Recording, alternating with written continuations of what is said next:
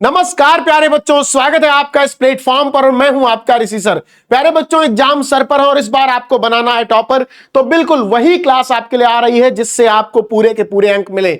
आपको निबंध को लेकर परेशानी थी, तो ये 5 महत्वपूर्ण निबंध जो आपके बोर्ड पेपर में बिल्कुल छपने वाले हैं, इनको लिख लो, इनको तैयार कर लो। यही आएंगे, यही तुम्हें लिखना है। महाकुंभ पर निबंध आएगा क्योंकि 144 वर्ष बाद यह पर्व मनाया जा रहा है। और आपका बेरोजगारी पर जो बार बार रिपीट होता है, पर्यावरण प्रदूषण इस समय बढ़ ही रहा है, चारों तरफ वायु प्रदूषण है, तमाम प्रकार के प्रदूषण है। साथ ही मेरे एक प्रिय कवि सुमित्रानंदन पंत, अभी आप यहां किसी और को कर सकते हो, मेरे प्रिय कवि कोई भी हो सकता है, आपका प्रिय कवि महादेव वर्मा हो सकती है, जयशंकर प्रसाद हो सकते हैं, मेरे प्रिय लेखक में प्रेमचंद भी हो सकते हैं, तमाम प्रकार के लोग हो सकते हैं। अर्थात आपको एक व्यक्ति के बारे में भी निबंध तैयार करना है। और नई शिक्षा नीति बहुत 2-3 बार पूछा गया पिछले साल, पिछले कई सेट में यह था, इस बार आने की पूरी संभावना है, किसी ना किसी सेट में आपको जरूर मिलेगा। तो आपको बोर्ड परीक्षा के ये 5 पत्र में देकर के जा रहा हूं, इनकी रूपरेखा आप देख लो कैसे लिखना है।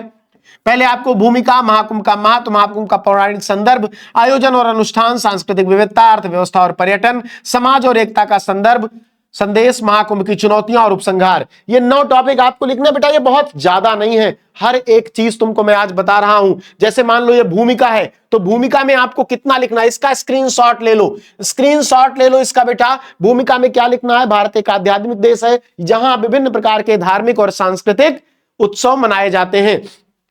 इसी प्रकार महाकुंभ का आयोजन, इसी प्रकार महाकुंभ का पौराणिक संदर्भ। ये 3 टॉपिक आपके हो गए जो आपके लिए बहुत इंपॉर्टेंट है। इन 3 टॉपिक, अब ये जैसे मैंने यहां भूमिका लिखी, महाकुंभ का महत्व लिखा, महाकुंभ का पौराणिक संदर्भ लिखा, इसी प्रकार आगे आपको हेडिंग बनाते जाना है और 3-3, 4-4 लाइनें लिखते जाना है। आपको 500 से 600 शब्दों में कम से कम 4 से 5 पेज में अपना निबंध लिखना है। तो सभी लोग इसका स्क्रीनशॉट ले लेंगे, सभी लोग इसका स्क्रीनशॉट ले लेंगे। मैं हर एक निबंध आपको पूरा पूरा दिखाऊंगा, आप स्क्रीनशॉट ले लो। 5 निबंध है आपको और आपको पढ़ लेना है। सांस्कृतिक विविधता, अर्थव्यवस्था और पर्यटन, समाज और एकता का संदेश, महाकुंभ की चुनौतियां, उपसंहार। ये आपका एक निबंध हो गया, इसका भी स्क्रीनशॉट ले लो। ये आपका एक निबंध हो गया। दूसरा निबंध आपका है बेटा बेरोजगारी, कारण एवं निवारण। आप इस पर हेडिंग देखो, बेरोजगारी का तात्पर्य, बेरोजगारी युवा वर्ग, अनेक समस्याओं की जड़ बेरोजगारी, बेरोजगारी के कारण, बेरोजगारी दूर करने के उपाय, उपसंहार। ये सारे सबसे पहले आप ये लिख दोगे कि एग्जामिनर जैसे ही आपकी कॉपी खोले उसको पता चल जाए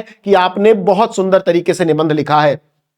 लिखना कैसे है, इसका स्क्रीनशॉट लो। बेरोजगारी का तात्पर्य आपने हेडिंग डाली और आपने 1, 2, 3, 4, 5, 6 लाइनों में एक्सप्लेन कर दिया क्या है बेरोजगारी और युवा वर्ग। आप सब युवा हो, आपने बेरोजगार और युवा वर्ग आपने हेडिंग डाली और आपने 5 लाइनों में इसे एक्सप्लेन कर दिया। इसका सभी लोग स्क्रीनशॉट ले लो। देखो आप आराम से इसको पढ़ो, 3-4 बार पढ़ लेना, स्क्रीनशॉट ले लेना, सभी को, अपने सभी साथियों को शेयर कर देना। और जो बच्चे नए हैं वो इस चैनल को सब्सक्राइब कर लेंगे, क्योंकि 21 तारीख से 23 तारीख, 24 तारीख सुबह 6 बजे, 21, 22, 23 और 24 सुबह 6 बजे, ये 3 दिन, ये 3.5 दिन मैं आपसे मांगता हूं। और इन 3 दिनों में आपके हिंदी की 100 में 100 की पूरी तैयारी करवा दूंगा, पूरा सिलेबस पढ़ा दूंगा, रिवीजन करवा दूंगा, हर चीज केवल 3 दिन। 21 तारीख से आपको एक्टिवेट हो जाना है। सुबह 6 बजे से शाम 10 बजे तक आपको हर दिन 3 क्लास करवाऊंगा मैं। आपके गद्य पद्य के बहुकल्पीय प्रश्न हो गए, आपका गद्यांश पद्यांश, आपका संस्कृत, निबंध, पत्र, सब कुछ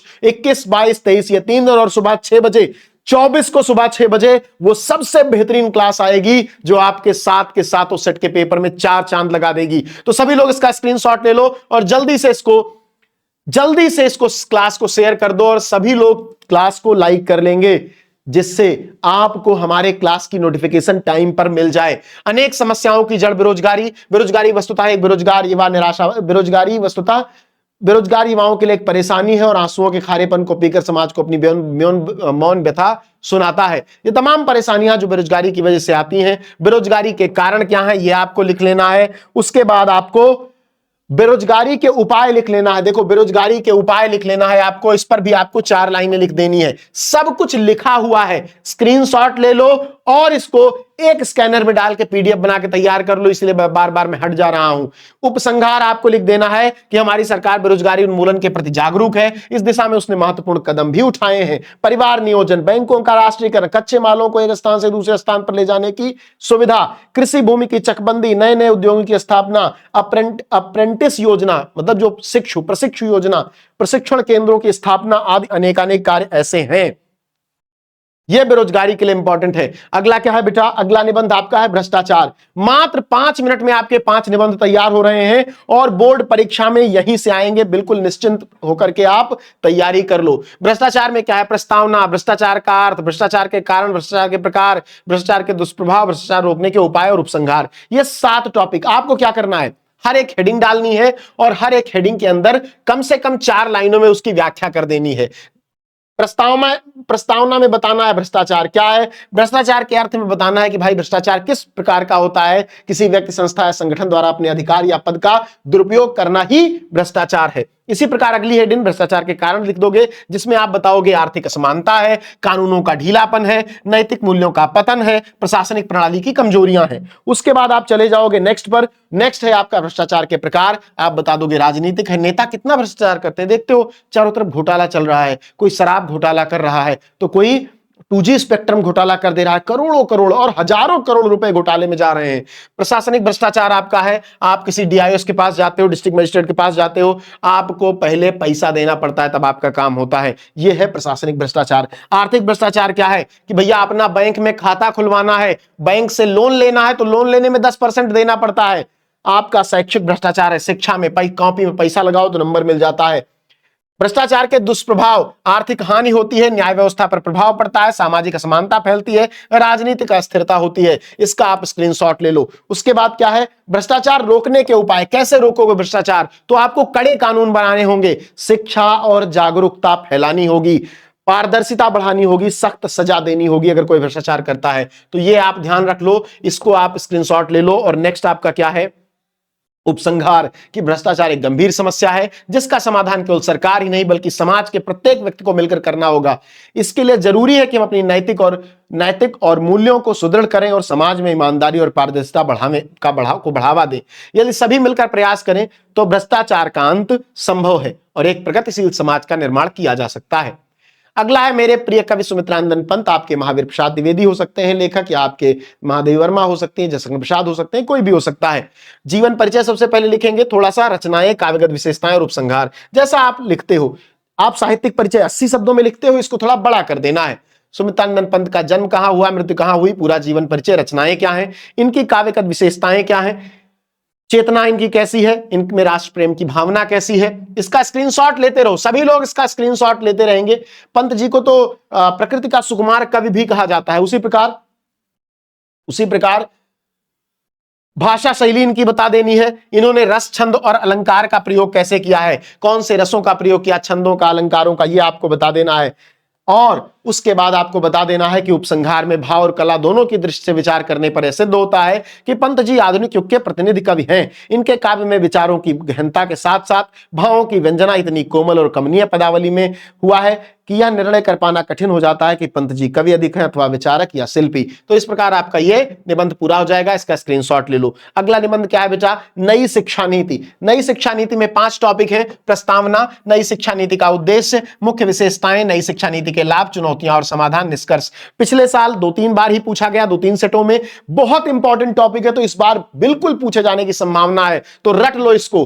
प्रस्तावना क्या है? भारत की नई शिक्षा नीति 2020 में आई नेशनल एजुकेशन पॉलिसी, जो शिक्षा प्रणाली में एक क्रांतिकारी परिवर्तन लाने वाली है।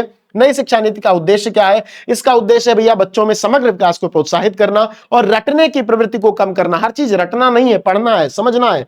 मुख्य विशेषताएं क्या हैं? स्कूली शिक्षा में परिवर्तन, 10+2 प्रणाली के स्थान पर 5+3+3+4 संरचना लागू की गई है। प्रारंभिक बाल्यावस्था देखभाल और शिक्षा पर विशेष ध्यान दिया गया है। 3री कक्षा तक मातृभाषा स्थानीय भाषा में शिक्षा दी जाएगी।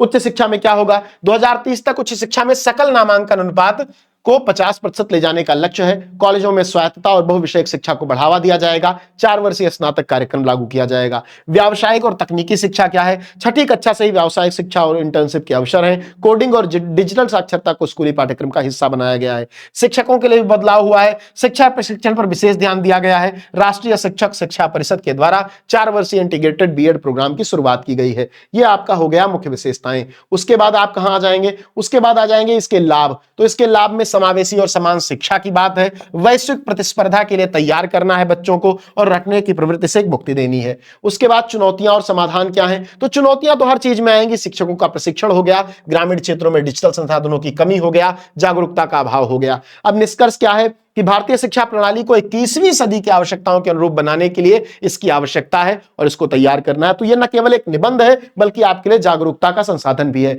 तो आप सभी लोग इन सभी निबंधों को पढ़ोगे, अपने सभी साथियों के साथ शेयर करोगे। 21, 22, 23 ये 3 दिन मैं मांगता हूं तुमसे। इन 3 दिनों में 100 में 100 की तैयारी कराऊंगा।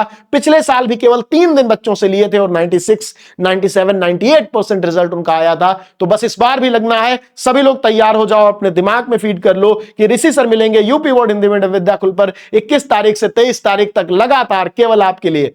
बहुत बहुत धन्यवाद।